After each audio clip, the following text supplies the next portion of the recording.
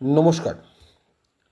অনেকেই জিজ্ঞেস করেছেন যে কিছু টেনেন্ট আছেন তারা দীর্ঘদিন যাবৎ ভাড়া দিচ্ছেন না।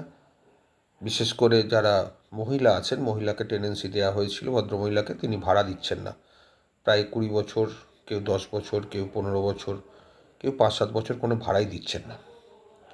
সেক্ষেত্রে কী করা যেতে পারে? অথচ তার ছেলে ফ্যামিলি নিয়ে পাশে থাকে, 16,000 টাকা ভাড়া দিয়ে থাকে। মা এখানে পড়ে আছে, ছেলের বউ যে ফ্ল্যাট নিয়েছে প্রচুর বড় জায়গা, তাও সত্ত্বেও টেনেন্ট দিচ্ছেন, উঠে যাচ্ছেন না, ভাড়াও দিচ্ছেন না। আপনাদের একটা কথা বলে রাখি, আপনাদের যেটা করতে হবে, ফার্স্টে একটা চিঠি দিয়ে ভাড়াটা ক্লেম করুন। যদি না চিঠি দেয় বা না ভাড়া দেয়, তাহলে সোজাসুজি ডিফল্টার গ্রাউন্ডে উচ্ছেদের মামলা করে দিন। উচ্ছেদের মামলা করার পরে সেই গ্রাউন্ডে উচ্ছেদ হবে যদি না কোর্টে ভাড়াটা জমা দেয় উইদিন 1 মান্থ।